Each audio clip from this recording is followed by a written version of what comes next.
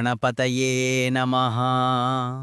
వ్యాసాయ విష్ణురూపాయ వ్యాసరూపాయ విష్ణవే నమో వై బ్రహ్మనిధయే వాసిష్ఠాయ నమో నమః. వెనకటికి సత్యవ్రతుడని ఒక బ్రాహ్మణుడున్నాడు. వట్టి నిరక్షరకుక్తి. పొట్ట చించి చూసినా అక్షరం ముక్కలేదు. పైగా పరమ మూర్ఖుడు. అతడొక రోజున ఒక అక్షరం నేర్చుకున్నాడు.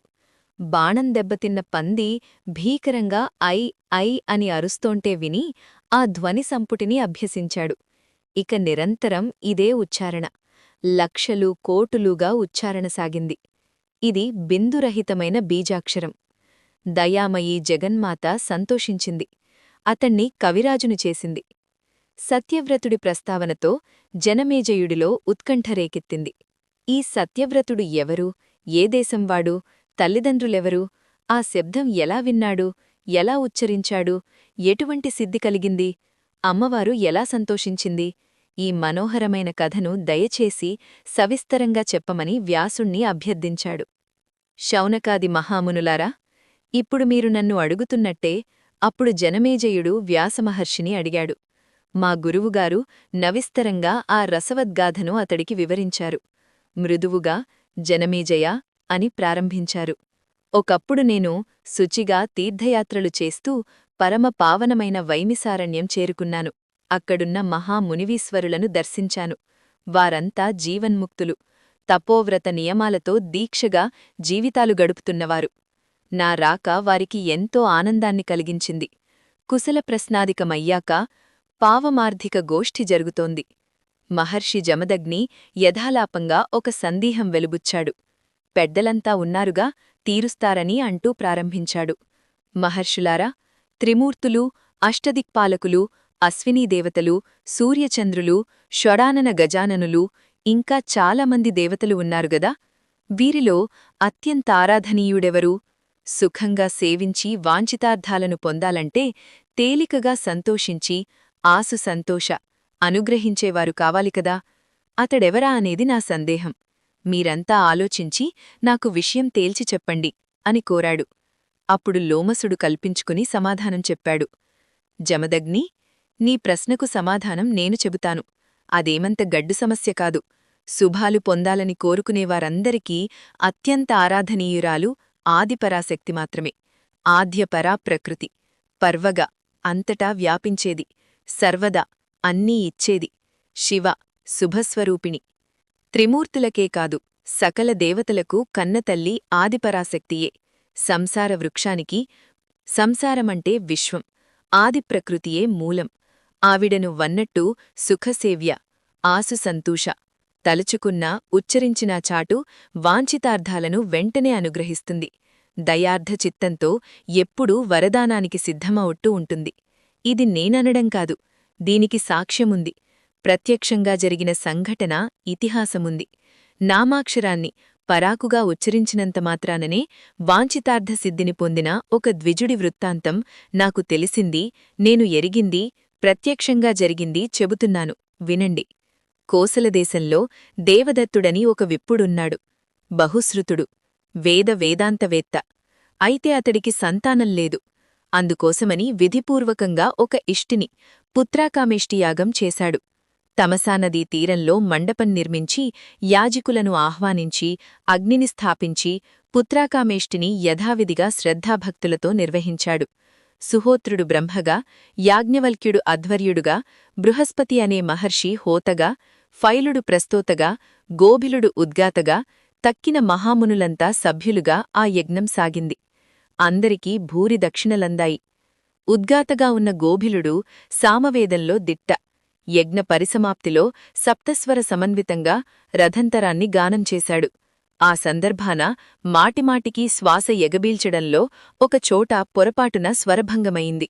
యజమానుడైన దేవదత్తుడికి కోపం వచ్చింది. కామ్యకర్మగా పుత్రార్థి యజ్ఞం చేస్తుంటే మునిముఖ్యుడు వయ్యుండి స్వరభంగం చేశావు మూర్ఖుడా అని నిందించాడు. గోభిలుడికి కోపం వచ్చింది. మాటలురాని మూర్ఖుడే పుడతాడు, ఫో అని శపించాడు. శ్వాసను నియంత్రించడం, దీర్ఘంగా గుక్కపట్టడం అన్నివేళలా అంత తేలికైన పనికాదు. ఈ మాత్రం గ్రహించలేకపోయావు, తెలిసి నిగ్రహించుకోలేకపోయావు. స్వరభంగమయింది అంటే అది నేను కావాలని చేసిన పొరపాటా? కాదు. అనవసరంగా నిందించి ఆగ్రహం తెప్పించావు అంటూ గోభిలుడు మదనపడ్డాడు. శాపం విన్న దేవదత్తుడు గడగడలాడిపోయాడు. యజ్ఞమంతా నిష్ఫలమైపోయిందని గోడుగోడున విలపించాడు. గోభిలుడి కాళ్లమీద పడ్డాడు. విప్రేంద్ర, ఇది అన్యాయం. నేను ఏ పాపం చేశానని ఇంత శాపమిచ్చావు? నీవంటి పెద్దలకు మహర్షులకు ఇంతటి క్రోధం తగునా? కోపం పట్టలేక యజ్ఞం నిష్ఫలమవుతుందేమోనన్న భయంతో మాట తూలానే అనుకో. ఆ చిన్న పొరపాటికి శపించడం భావ్యమేనా? కొడుకులు లేరని అసలే కుమిలిపోతున్న నాకు మరింత దుఃఖాన్ని తెచ్చిపెట్టావు. మూర్ఖపుత్రుడు కంటే అపుత్రత్వం నయం అంటారు వేదవిధులు. అదీకాక బ్రాహ్మణుడు మూర్ఖుడైతే అందరికీ నింద్యుడే. వాడి బతుకు పశువుకన్నా హీనం. ద్విజోత్తమ, మూర్ఖపుత్రుడితో ఏం చేసుకోను? పూజారుడు కాడు, దానార్హుడు కాడు, నిత్య నైమిత్తిక కర్మలు ఏటికీ పనికిరాడు, వేదాధ్యయనానికి అసలే పనికిరాడు, మాటకూడా ఉండదన్నావుగా. వేదాధ్యయనానికి అర్హుడైన విప్రుడు దేశంలో ఉండటం రాజుకు క్షేమంకాడు, దేవకార్యాలకు పనికిరాడు, పితృకార్యాలకు పనికిరాడు, ఏ కూలిపనో చేసుకోవాలి. అపండితుడికి ఆకలి తీర్చడానికి మించి ఏ దానమూ చెయ్యకూడదని, చేస్తే దాత నరకానికి పోతాడని కొందరనగా విన్నాను. అటువంటి కొడుకు పుట్టి ఏమి లాభం? అపండితుల్ని పూజించే దేశం దేశమేనా? రాజు రాజేవా? అలాంటి దేశంలో నిజమైన పండితుడు నివసించకూడదు. నివసించడు గోబిలా. మూర్ఖపు పుత్రవత్వం మరణంకంటే ఘోరం. రవ్వంత దయచూపించు మహానుభావా.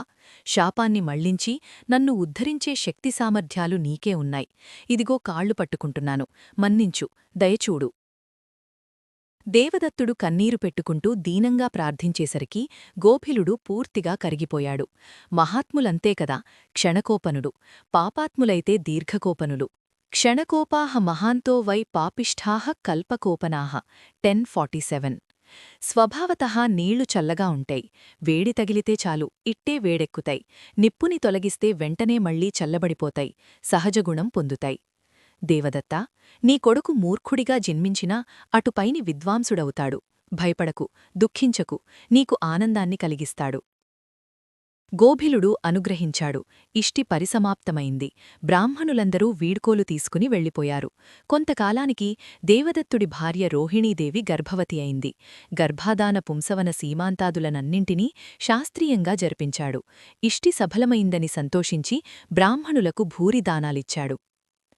ఒక మంచి రోజున శుభముహూర్తంలో రోహిణీ నక్షత్రయుక్త శుభలగ్నంలో రోహిణీదేవి ప్రసవించింది. కుమారుడు జన్మించాడు. జాతకర్మలు నిర్వహించి కొడుకుకి ఉతథ్యుడు అని నామకరణం చేశాడు దేవదత్తుడు. 8వ ఏట ఉపనయనం జరిపించాడు. వేదం నేర్పుదామని ఆరంభించాడు. ఉతథ్యుడు అమాయకంగా తింగరముఖంతో కూర్చున్నాడే తప్ప అక్షరం కూడా పలకలేదు. దేవదత్తుడు చాలా రకాలుగా ప్రయత్నించాడు. కొడుకు నోట పలుకులేదు. తండ్రి బహుధా దుఃఖించాడు. పట్టువదలకుండా వేదం వినిపిస్తూనే ఉన్నాడు. నేర్పుతూనే ఉన్నాడు. అబ్బాయికి 12వ ఏడుగచ్చింది. సంధ్యావందనమైనా రాలేదు. ఉతథ్యుడు మూర్ఖులు అనే వార్త లోకమంతటా వ్యాపించింది. అతడు ఎక్కడకు వెడితే అక్కడ పరిహసించింది. కనిపించినప్పుడల్లా ఆట పట్టించింది. దేవదత్తుడి కొడుకు మూర్ఖుడంటూ విరగబడి నవ్వింది. రోహిణీ దేవదత్తులు ఉక్రోషం పట్టలేకపోయారు. కొడుకును తిట్టారు, కొట్టారు. కుంటో గ్రుడ్లో అయినా బాగుండును, మూర్ఖుడివి దాపురించావు మా ప్రాణానికి అని అనుక్షణం విసుక్కున్నారు, చీదరించారు. బంధుమిత్రులు పరిహసించడమైతే ఎలాగో ఓర్చుకున్నాడుగాని ఉతథ్యుడు తల్లిదండ్రులు కూడా ఆదరించకపోయేసరికి తట్టుకోలేకపోయాడు. ఒంటరివాణ్ణి అనిపించింది. అతడికే తెలియని ఒక వైరాగ్యభావం అలుముకుంది. ఇల్లు వదిలి అడవులకు వెళ్ళిపోయాడు. గంగాతీరంలో ఒక అందమైన కాననం కనిపించింది. అక్కడ ఒక చిన్న పర్ణశాల నిర్మించుకున్నాడు. వన్యవృత్తిని సంకల్పించి స్వీకరించాడు. తమంత తాముగా లభించిన పండూకాయా తింటూ జీవయాత్ర సాగిస్తున్నాడు. మాట లేకపోవడంతో సత్యవ్రత దీక్ష స్వీకరించినట్టయింది. సడలని బ్రహ్మచర్యం ఉండనే ఉంది. శౌనకాది మహామునులారా, వ్యాసుడు శ్రద్ధగా ఆలకిస్తున్నాడు. లోమశుడు అనంతర కథ కొనసాగించాడు. ఉతథ్యుడికి ఒక మంత్రం లేదు, ఒక జపం లేదు, గాయత్రి లేదు, సంధ్యావందనం లేదు, పద్మాసనం లేదు, ప్రాణాయామం లేదు, సమిధలు లేవు, హోమాలు లేవు, ఏమీ లేవు. ఉదయాన్నే లేస్తున్నాడు, దంతధావనం చేస్తున్నాడు. అమంత్రకంగా కాకి మునిగినట్టు గంగలో మునుగుతున్నాడు. ఆకలి వేసినప్పుడు అప్రయత్నంగా అమిరింది తింటున్నాడు.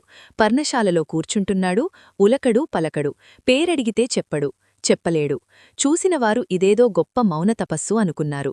సత్యతపసుడు అని పేరు పెట్టారు. ఎవ్వరికీ ఏ ఇబ్బందీ కలిగించడంలేదు. నిర్భయంగా సంచరిస్తున్నాడు. సుఖంగా నిద్రపోతున్నాడు. ఎప్పుడూ ఒకటే విచారం.